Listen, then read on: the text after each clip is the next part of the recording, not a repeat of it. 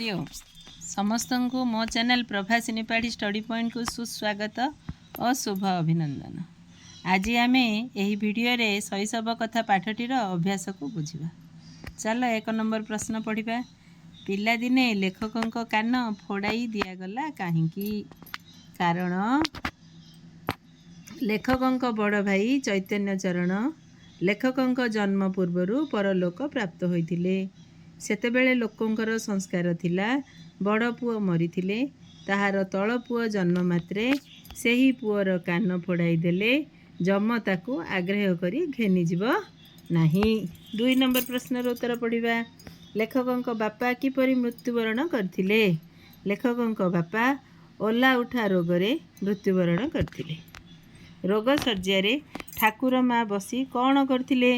रोग शଯ୍यारे ठाकुर माँ बसी कर जोड़ी जगतर जावतीय बा समस्त देवादेवी ठारे लेखकों प्राण भिक्षा करुथिले। 4 नंबर प्रश्न। लेखकों फकीर पोशाक किपरि थिला? लेखकों फकीर पोशाक आंठू जाए गोटे जंघिया, देहरे नाना रंगर कनारे तियारी गोटे चपकन, मुंडरे फकीर टोपी, कांदरे नाना रंगरे मिश्रित गोटे जुली एवं हाथरे जौमड़ा लाल रंगर गोटे बाड़ी।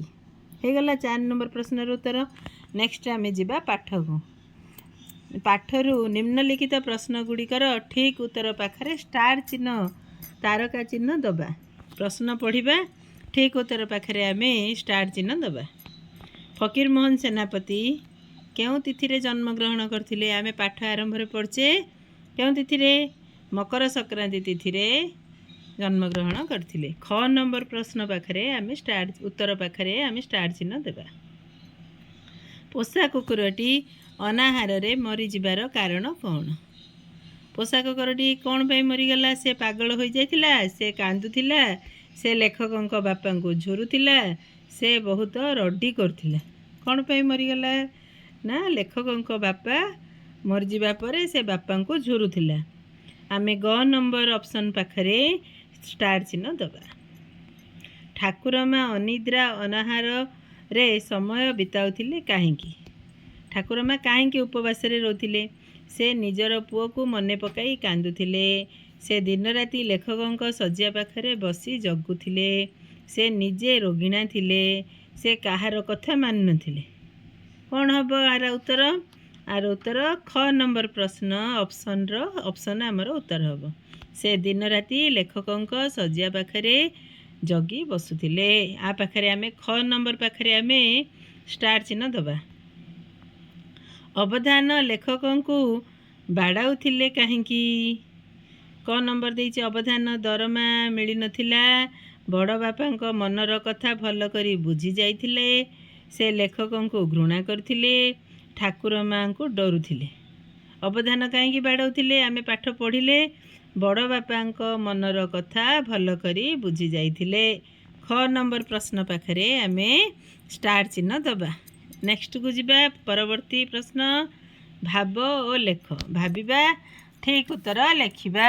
तले दिया जाइथिबा प्रश्न गुड़िकर उत्तर निज खातारे लेख। मु एडी कहि देइछि, तुम माने निजे निजे खातारे लेखिबो।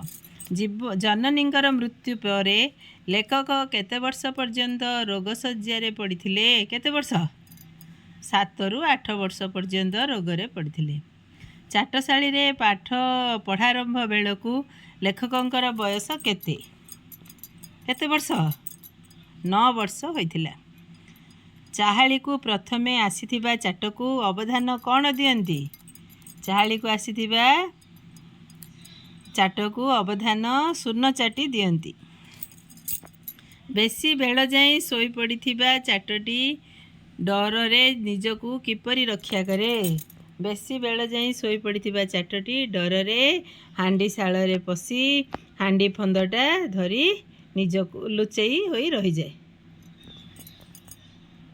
नंडा गोसाई मठरे थिबा चाहालीटी केउ केउ तिथि रे पाठ पढ़ा बंद हुए?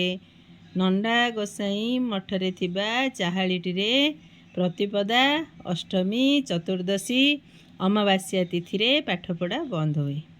सेही तिथिर ଉପର ଓଳି ବଡ଼ ବଡ଼ ଚାଟ କ'ଣ କରନ୍ତି? ସେହି ତିଥିରେ ଉପର ଓଳି ବଡ଼ ବଡ଼ ଚାଟ ସ୍ତ୍ରୀମାନଙ୍କ ପାଖରେ ଗୀତ ଗାଆନ୍ତି। ପାର୍ସି ସ୍କୁଲରେ ପଣ୍ଡିତେ ଛାତ୍ରମାନଙ୍କୁ କ'ଣ ଶିଖାଉଥିଲେ? ପାର୍ସି ସ୍କୁଲରେ ପଣ୍ଡିତେ ଛାତ୍ରମାନଙ୍କୁ ବାପା ଓ ବଡ଼ ଭାଇଙ୍କୁ ପତ୍ର ଲେଖିବା, କଚେରୀରେ ଦରଖାସ୍ତ ଲେଖିବା ହିଁ ଶିଖାଉଥାନ୍ତି। ଚାଲ ଆଗକୁ ଯିବା। ତୁମେ ଯାହା ବୁଝିଛ। ଲେଖକଙ୍କୁ ତାଙ୍କ ଠାକୁର ମା ପୀରଙ୍କ ପାଖରେ ଫକୀର କରାଇ ଦେଇଥିଲେ। ତୁମେ ପିଲାଦିନେ ସେହିପରି ଫକୀର, ଯୋଗୀ କିମ୍ବା ବାବାଜୀ ହୋଇଛ କି? ଯଦି ହଁ, ତେବେ ତାହା କିପରି ଥିଲା ଲେଖିବା। ଯଦି ଆମେ କିଏ ବାବାଜୀ ବେଶ ହେଇଛେ ତେବେ ହଁ ଲେଖିବା। ଆଉ କ'ଣ କ'ଣ ହେଇଥିଲା ସେଇଟା ବି ଲେଖିବା। ଲେଖକ ଅବଧାନଙ୍କ ଚାହାଳିରେ ପାଠ ପଢ଼ିଥିଲେ। ତୁମ ଜେଜେବାପା, ଜେଜେମା କିମ୍ବା ବାପା ମା ଚାହାଳିରେ ପଢ଼ିଥିବେ। ତାଙ୍କର ସେହି ଅନୁଭୂତିକୁ ବୁଝି ଲେଖ। ନିଜ ନିଜ ଘରେ ପଚାରିବା, ଲେଖିବା। ଚାଟଟି ବେଶୀ ବେଳ ଯାଇ ଶୋଇପଡ଼ିଲେ ମାଡ଼ ଡରରେ ଘରେ ଲୁଚୁଥିଲା। ତୁମେ ସେହିପରି କେବେ ସ୍କୁଲ ଯିବାର ଡେରି ହୋଇଛି କି? ଯଦି ହୋଇଛି, ତୁମେ କ'ଣ କରିଛ? ଯଦି ତମର ତ ହେଇଥାଉଛି, ତମେ ଘରେ ପେଟ କାଟୁଛି, କାନ କାଟୁଛି, ନାକ କାଟୁଛି କହୁଛ, ଯାହା ହେଉଛି ସେଇଟା ଲେଖିବ। ମାସ ଶେଷରେ ଅବଧାନ ଦରମା ମାଗିବାକୁ ଯାଆନ୍ତି। ତୁମେ ଏବେ ମାସିକ ଦରମା ଦେଇ ପାଠ ପଢ଼ୁଛ କି? ଯଦି ଆମେ ଘରୋଇ ବିଦ୍ୟାଳୟରେ ପାଠ ପଢ଼ୁଛେ, ପଇସା ଦେଇ ପଢ଼ୁଛେ। ଯଦି ଆମେ ସରକାରୀ ବିଦ୍ୟାଳୟରେ ପଢ଼ୁଛେ, ତାହେଲେ ଆମକୁ ମାସିକ ଦେୟ ଦେବାକୁ ପଡ଼େ ନାହିଁ। ଆସ ମିଳାଇବା, ସ୍ତମ୍ଭ ମିଳନ କରିବା। ହେଲା, ଏଇଠି ଆମର କ ସ୍ତମ୍ଭରେ କେତୋଟି ମନ୍ଦିରର ଚିତ୍ର ଅଛି। ଖ ସ୍ତମ୍ଭରେ ସେଗୁଡ଼ିକ କେଉଁ ସ୍ଥାନରେ ରହିଛି ତାହା ଲେଖା ହୋଇଛି। କ ସ୍ତମ୍ଭରେ ଥିବା ମନ୍ଦିର ସହିତ ଖ ସ୍ତମ୍ଭର ସ୍ଥାନକୁ ମିଳାଇବା। ତମେ ପ୍ରଥମ ମନ୍ଦିରର ଚିତ୍ରକୁ ଜାଣିଛ କି? ପ୍ରଥମ ମନ୍ଦିରଟା ଆମର କୋଣାର୍କ ମନ୍ଦିର। କୋଣାର୍କ ମନ୍ଦିର କେଉଁଠି ଅଛି? କୋଣାର୍କ। ଆମେ ସୂର୍ଯ୍ୟ ମନ୍ଦିର ଆମର କୋଣାର୍କରେ ଅଛି, ତାକୁ ଆମେ ମିଶାଇବା। ତାପରେ ମନ୍ଦିରଟା 2 ନମ୍ବରଟା ଆମର ଲିଙ୍ଗରାଜ ମନ୍ଦିର। ଲିଙ୍ଗରାଜ ମନ୍ଦିର ଆମର କେଉଁଠି ଅଛି? ଭୁବନେଶ୍ୱରରେ ଅଛି। ଆଣି ଭୁବନେଶ୍ୱରରେ ମିଶାଇବା। 3 ନମ୍ବରଟା ହେଉଛି କି ମନ୍ଦିର ଜାଣିଛ ତୁମେମାନେ? ସେଇଟା ହେଉଛି ସମଲେଶ୍ୱରୀ ମନ୍ଦିର। ସମଲେଶ୍ୱରୀ ମନ୍ଦିର କେଉଁଠି ଅଛି? ସମ୍ବଲପୁର ଠାରେ ଅଛି। ନେକ୍ସଟ ହେଲା କିଚକେଶ୍ୱର ମନ୍ଦିର। କିଚକେଶ୍ୱର ମନ୍ଦିର ଆମର ଖିଚିଙ୍ଗରେ ଅବସ୍ଥିତ। ତାକୁ ବି ଆମେ ସ୍ତମ୍ଭ ମିଳନରେ ମିଶାଇବା। ତାପରେ ଯେଉଁ ଫଟୋଟି ଅଛି ସେଇଟା କାଳିଜାଇ ମନ୍ଦିର। କାଳିଜାଇ ମନ୍ଦିର ଆମର ଗଞ୍ଜାମ ଜିଲ୍ଲାରେ ଅବସ୍ଥିତ। ପୁରା ଆମର ଖ ସ୍ତମ୍ଭର ଫାଷ୍ଟରେ ଦେଇଛି, ଗଞ୍ଜାମ ଜିଲ୍ଲାକୁ ମିଶାଇବା। ନେକ୍ସଟ ମନ୍ଦିରକୁ କିଏ ଯାଇଛ କି? ସେଇଟା ଆମର ଘଟଗାଁ ତାରିଣୀ ମନ୍ଦିର। ଘଟଗାଁ ତାରିଣୀ ମନ୍ଦିର କେନ୍ଦୁଝର ଜିଲ୍ଲାରେ ଅବସ୍ଥିତ। କେନ୍ଦୁଝର ଜିଲ୍ଲାର ଘଟଗାଁରେ ତାରିଣୀଙ୍କ ମନ୍ଦିର ଅବସ୍ଥିତ। ତୁମମାନେ ଠିକ୍ସେ ସ୍ତମ୍ଭ ମିଳନ କରିବ। ନେକ୍ସଟ ଯିବା। ଆସ ଜାଣିବା କିଛି ଗୋଟେ ନୂଆ କଥା ଆମେ ଜାଣିବା। ଭୁବନେଶ୍ୱର ମନ୍ଦିର ସମୀପସ୍ଥ ବିନ୍ଦୁସାଗର ପୁଷ୍କରିଣୀର ପଥର ଘାଟ ଉପରେ ବାବା ପ୍ରାଣତ୍ୟାଗ କଲେ। ଭୁବନେଶ୍ୱର ଲିଙ୍ଗରାଜ ମନ୍ଦିର ଠାରୁ ଅଳ୍ପ ଦୂରରେ ଯେଉଁ ପ୍ରସିଦ୍ଧ ପୁଷ୍କରିଣୀ ଅବସ୍ଥିତ, ତାହା ବିନ୍ଦୁସାଗର ପୁଷ୍କରିଣୀ। ଏଠାରେ ପ୍ରତିଦିନ ଶ୍ରଦ୍ଧାଳୁ ଲୋକମାନେ ସ୍ନାନ କରିବା ସହିତ ଏହାରି କୂଳରେ ପିତୃପୁରୁଷକୁ ପିଣ୍ଡଦାନ କରନ୍ତି। ଏଇଠି ଆମର ପିତୃପୁରୁଷମାନେ, ଯେଉଁମାନେ ଆମର ଜେଜେବାପା ଜେଜେମା ମରିଯାଇଛନ୍ତି, ସେମାନେ ପିତୃପୁରୁଷ, ସେମାନଙ୍କୁ ପିଣ୍ଡଦାନ କରାଯାଏ। ତୁମ ଅଞ୍ଚଳରେ ଏମିତି କ'ଣ ଅଛି? ତାହେଲେ ଆମେ ଲେଖିବା। ଆହୁରି ମଧ୍ୟ ଢେର ଚାଉଳ ଅବଧାନ ପାଉଥିଲେ। ଢେର ଗୋଟେ କି ପଦ ଜାଣିଛ ତମେ? ଢେର ହେଉଛି ଗୋଟେ ପରିମାଣ ବୋଲେ ଗୁଣକୁ ବୁଝାଉଛି, ତାକୁ ଆମେ ବିଶେଷଣ ପଦ କହିବା। ଯଦି ବିଶେଷ୍ୟର ଗୁଣକୁ ବୁଝାଏ ତାହାକୁ ଆମେ ବିଶେଷଣ କହିବା। ମୁଁ ଅନ୍ୟ ଏକ ଭିଡ଼ିଓରେ ବିଶେଷ୍ୟ ଆଉ ବିଶେଷଣ ବିଷୟରେ ତୁମମାନଙ୍କୁ ବୁଝେଇବି। ଯଦି ବିଶେଷ୍ୟର ଗୁଣକୁ ବୁଝେଇଲା ତାକୁ ବିଶେଷଣ ପଦ କହିବା। ଢେର ହେଉଛି ବିଶେଷଣ। ଚାଉଳ ଚାଉଳ ପଦଟି ନାମକୁ ବୁଝାଉଛି, ଏଇଟା ହେଲା ବିଶେଷ୍ୟ। ଆମେ ଠିକ୍ ସେହିପରି ପାଠରେ ଥିବା ବିଶେଷ୍ୟ ବିଶେଷଣ ପଦ ଯାହା ରହିଛି ସେଗୁଡ଼ିକୁ ବାଛି ଲେଖିବା। ଯେମିତି ଲେଖିବା ଆମେ ବଡ଼ ପୁଅ, ବଡ଼ ସାନ, ଏଇଯା ମଧ୍ୟ ଆମର ବିଶେଷଣ ପଦ। ପୋଷା କୁକୁର, ଦୁର୍ବଳ ହସ୍ତ, ସୁସ୍ଥ ଶରୀର, ହେଲା। ଶରୀର ହେଉଛି ବିଶେଷ୍ୟ, ସୁସ୍ଥ ହେଉଛି ବିଶେଷଣ। ବଡ଼ ପୁଅ ବଡ଼ ବିଶେଷଣ, ପୁଅ ବିଶେଷ୍ୟ। ପୋଷା କୁକୁର ପୋଷା ବିଶେଷଣ, କୁକୁର ବିଶେଷ୍ୟ। ଦୁର୍ବଳ ହସ୍ତ, ଆରେ କିଏ ବିଶେଷଣ? ଦୁର୍ବଳ ହେଉଛି ବିଶେଷଣ, ହସ୍ତ ହେଉଛି ବିଶେଷ୍ୟ। ଚାଲ ଆଗକୁ ଯିବା। ଉପରଓଳି ଗ୍ରାମ ମଧ୍ୟରେ ଘରେ ଘରେ ଭିକ ମାଗି ବୁଲେ। ଏ ବାକ୍ୟରେ ଥିବା ରେଖାଙ୍କିତ ପଦଟି ଏକ ଯୋଡ଼ି ଶବ୍ଦ। ଏ ପାଠରୁ ଆଉ କେତେକ ଯୋଡ଼ି ଶବ୍ଦ ଖୋଜି ତଳ କୋଠରୀରେ ଲେଖିବା। ମୁଁ କହିଦେଉଛି, ତୁମେମାନେ ଲେଖିବ ଖାତାରେ। ଶୂନ୍ୟ ଶୂନ୍ୟ, ସଙ୍ଗୀ ଯାତ୍ରା, ଦିବା ନିଶି, ଫୁଲ ଖଡ଼ି, 10 12, ପିତା ମାତା, 2 3, ପୁଅ ଝିଅ, ଦେବ ଦେବୀ, ଚାଟ ପିଲା। ଆହୁରି ବହୁତ ଗୁଡ଼ିଏ ଅଛି, ଆମେ ପାଠଟିକୁ ପଢ଼ି ବାହାର କରିବା। ଅକାରଣରେ ବେତଟି ଧରି ମୋ ପିଠିରେ 10 12 ପାହାର ବାଡ଼େଇ ଦେଲେ। ରେଖାଙ୍କିତ ପଦଟି ଗୋଟେ ପଦ ତଳେ ରେଖାଙ୍କିତ ଦିଆହେଇଛି ଧରି। ଧରି ପଦଟି କାମ ଶେଷ ହୋଇନଥିବା ଅର୍ଥକୁ ବୁଝାଉଛି। ଏଣୁ ଏହା ଗୋଟିଏ ଅସମାପିକା କ୍ରିୟାପଦ। କ୍ରିୟାପଦ ହେଲେ ଦୁଇ ପ୍ରକାରର ଅଛି, ସମାପିକା ଅସମାପିକା। ଯଦି କାମଟି ସରିବାକୁ ବୁଝାଉଛି ତାହେଲେ ତାହା ସମାପିକା କ୍ରିୟା, ନ ସରିବାକୁ ବୁଝାଉଛି ତାହେଲେ ତାହା ଅସମାପିକା କ୍ରିୟା।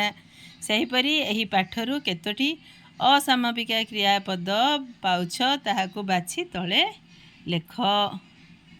ମୁଁ 3ଟା ଲେଖିବି, ତୁମେ ପଢ଼ିକି ଆଉ 3ଟା ଲେଖିବ। ଶୁଣି, ବିକ୍ରି, ଧରି, ପଶି। ଆଉ ତୁମେ ପଦ ବାଛିକି ଅସମାପିକା କ୍ରିୟାପଦ ବାଛି ତଳେ ଲେଖିବା। ମୁଁ ସର୍ନି ତୁମକୁ ପାଠ ପଢ଼ାଇବା ସମୟରେ ବୁଝେଇଥିଲି, ଆମ ସତ୍ୟନାରାୟଣ ପୂଜାରେ ଯାହା ଭୋଗ କରାଯାଏ, ଗୋଟେ ଭୋଗ ପ୍ରସ୍ତୁତ କରାଯାଏ, ତାହାକୁ ସର୍ନି କୁହାଯାଏ। ସେଇଟା ଆମର ଗାଈ କ୍ଷୀର, ପାଚିଲା କଦଳୀ, ଗୁଡ଼, ଅଟା, ଚାଉଳ ଚୂନା, ଗୋଲମରିଚ, ଅଦା ପ୍ରଭୃତି ମିଶାଇକି ଆମର ତିଆରି ହୁଏ। ଏସବୁକୁ ନେଇ ଗୋଟିଏ ନୂଆ ମାଟି ହାଣ୍ଡିରେ ପୁରୋହିତ ଏକାଠି କରି ଗୋଳାନ୍ତି, ତାକୁ ସର୍ନି ବୋଲି କୁହାଯାଏ। ପୂଜା ସରିଲା ପରେ ସମସ୍ତେ ଭୋଗ ହିସାବରେ ତାହାକୁ ଖାଇଥାନ୍ତି। ଆମର ଯେଉଁ ପୂଜା ହେଉଛି, ଆମ ଘରେ ପଞ୍ଚାମୃତ ଆମେ ପ୍ରସ୍ତୁତ କରୁଛେ, ତାହା କେଉଁ କେଉଁ ପଦାର୍ଥକୁ ମିଶାଇ ପ୍ରସ୍ତୁତ କରାଯାଏ ତୁମେ ଜାଣିଛ? ନାଇଁ ବୋଲି ମୁଁ କହୁଛି, ଦେଖ। କ୍ଷୀର, ଘିଅ, ଦହି, ଗୁଡ଼, ଆଉ ଗୋଟେ କ'ଣ?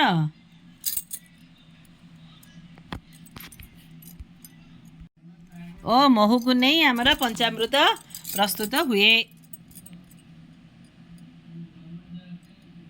ତଳେ କେତୋଟି ଖେଳର ଛବି ଦେଇଛି, ସେ ଛବି ସହ ଆମେ ମିଶାଇବା। ଲେଖା ହେଇଛି ଖେଳର ନାଁ, ଲେଖା ହେଇଛି ଖ ସ୍ତମ୍ଭରେ ଖେଳର ଚିତ୍ର, ଖେଳର ନାଁ। ଏ ଯେଉଁ ଫାଷ୍ଟ ଚିତ୍ରରେ କେତେଜଣ ପିଲା କ'ଣ କରୁଛନ୍ତି? ନଟୁ ଧରି ଖେଳୁଛନ୍ତି, ନଟୁ। ସେଇଟାକୁ ଆମେ ନଟୁ ଖେଳ ସହ ମିଶାଇବା। ତାପରେ ଦଳେ ପିଲା ଏପଟ ସେପଟ ହେଇକି ରହିଛନ୍ତି, 2 ନମ୍ବର ଚିତ୍ର। 2 ନମ୍ବର ଚିତ୍ର ହେଉଛି କବାଡ଼ି ଖେଳ। କେବେ ଖେଳିଛ କି ତୁମେ? କବାଡ଼ି ଖେଳ ସହ ମିଶାଇବା। ଆକାଶରେ ପିଲାମାନେ ଗୁଡ଼ି ଧରିକି ଉଡ଼ଉଛନ୍ତି, ଆକୁ ଆମେ ଗୁଡ଼ି ସହିତ ମିଶାଇବା। ଖପରା ଡିଆଁ ଗୋଟେ ଖେଳ ଅଛି, ତାହା ଭଉଣୀମାନେ ପ୍ରାୟ ଖେଳନ୍ତି। ଭଉଣୀମାନେ ଯେ ଏପଟେ ଖେଳୁଛନ୍ତି 4 ନମ୍ବର ଚିତ୍ରରେ, ତାକୁ ଖପରା ଡିଆଁ ସହିତ ମିଶାଇବା। ଠିକ୍ ଅଛି, ଆଗକୁ ଯିବା।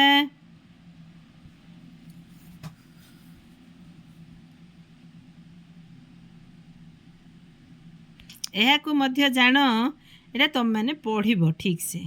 କିଛି ନ ବୁଝିଲେ କମେଣ୍ଟ ବକ୍ସରେ ଲେଖି ଜଣାଇବ। ଲାଷ୍ଟରେ ଆମର ଆସ ଚିହ୍ନିବା। 4ଟି ଛବି ଦେଇଛି, ତାକୁ ଆମେ ଚିହ୍ନିବା। ପ୍ରଥମ ଛବିଟାକୁ ଆମେ ଚିହ୍ନିଛେ କି କିଏ? ପ୍ରଥମ ଛବି ହେଉଛନ୍ତି ଭୀମ ଭୋଇ। ଭୀମ ଭୋଇ ଜଣେ କବି ଅଟନ୍ତି। ଆମର ଯେଉଁ ମହିମା ଧର୍ମର ସେ ମୁଖ୍ୟ ପ୍ରଚାରକ ଥିଲେ। ଫାଷ୍ଟ ଛବିଟା ହେଉଛି ଭୀମ ଭୋଇ, ହେଲା। ମହିମା ଧର୍ମର ମୁଖ୍ୟ ପ୍ରଚାରକ, ସେ କବି ମଧ୍ୟ ଥିଲେ। ଦ୍ୱିତୀୟ ଛବିଟି ହେଉଛି କୁନ୍ତଳା କୁମାରୀ ସାବତ, ସେ ମଧ୍ୟ ଜଣେ କବି ଅଟନ୍ତି। ତୃତୀୟଟା ହେଲା ଶ୍ରୀ ହଳଧର ନାଗ, ସେ ଜଣେ କବି ଅଟନ୍ତି। ସେ ଲୋକମାନଙ୍କ ମଧ୍ୟରେ ଲୋକକବି ବୋଲି ପରିଚିତ। ନେକ୍ସଟ ହେଲେ ଲାଷ୍ଟରେ ଯେଉଁ ଅଛନ୍ତି ପ୍ରମୋଦ ଭାଗବତ, ସେ ପାରା ବ୍ୟାଡ଼ମିଣ୍ଟନର ଜଣେ ଖେଳାଳି ଅଟନ୍ତି। तांको देखिल ना केमिति मेडल मिलची।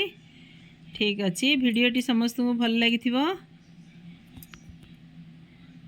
आशा करछि भिडियोटी समस्त को भल लगी जो मैंने मो वीडियो को सब्सक्राइब करना शीघ्र सब्सक्राइब करदेबा बहु मात्रा रे लाइक करवा निज निज सांग मानंगु शेयर करिया।